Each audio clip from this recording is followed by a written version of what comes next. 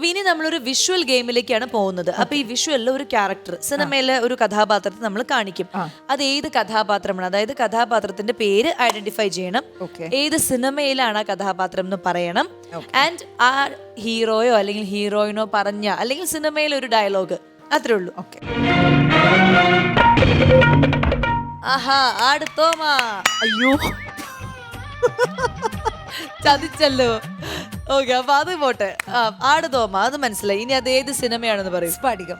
സ്ഫടികം. പിന്നെ ഡയലോഗ് പറ. സ്ഫടികത്തിലെ ഉണ്ട്, കുറെ ഡയലോഗ് ഉണ്ട്, പക്ഷെ എനിക്കൊന്നും പറയുമ്പോ ഒന്നും ഓർമ്മ വരുന്നില്ല.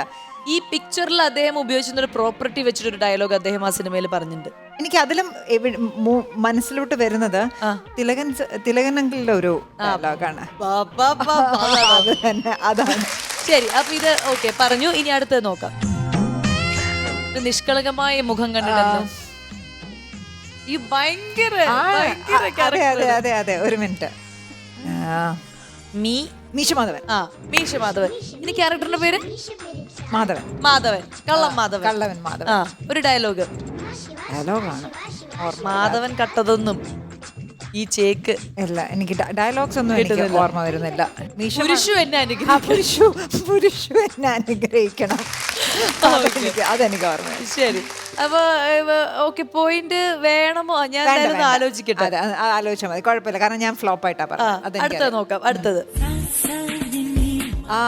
ഉദയനാണ് താരം. ക്യാരക്ടറിന്റെ പേര് പച്ചാളം ഭാസി. ഇനി ഒരു നവരസം.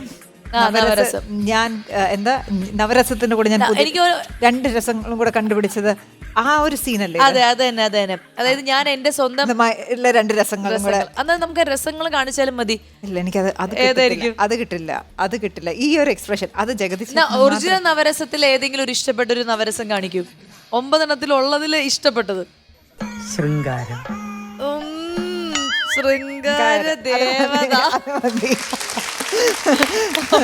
അപ്പൊ ഡയലോഗിന് വരെ ഇത് അത് ടാലിയായി. ഇനി അടുത്തത് ഒരെണ്ണം കൂടി ഉണ്ടാവും. പഞ്ചാബി ഹൗസ്. രമണൻ. ഇത് ചപ്പാത്തി അല്ല ചോറ്. അതെ അല്ല ചോറ് അതന്നെ സംഭവം. അത് തന്നെ ഞാൻ ഉദ്ദേശിച്ചത്. മുതലാളി ജംഗ ചക ചക വരുന്നത് അതാണ് രമണൻ എന്ന് പറയുമ്പോൾ ഒരു ഹിറ്റ് ഡയലോഗ് അതാണ് വരുന്നത്. എനിക്ക് സാധാരണ ക്യാരക്ടറിന്റെ പേര് ഓർമ്മയില്ലാത്ത, പക്ഷെ ഇതിനകത്ത് ക്യാരക്ടറുടെ പേരും എനിക്ക് ഓർമ്മ. എന്തായാലും നന്നായിട്ട് ചെയ്തത് കൊണ്ട് തന്നെ ഞങ്ങൾ വീണ്ടും ഒരു സമ്മാനം നൽകാൻ പോവാണ്. ഓക്കെ.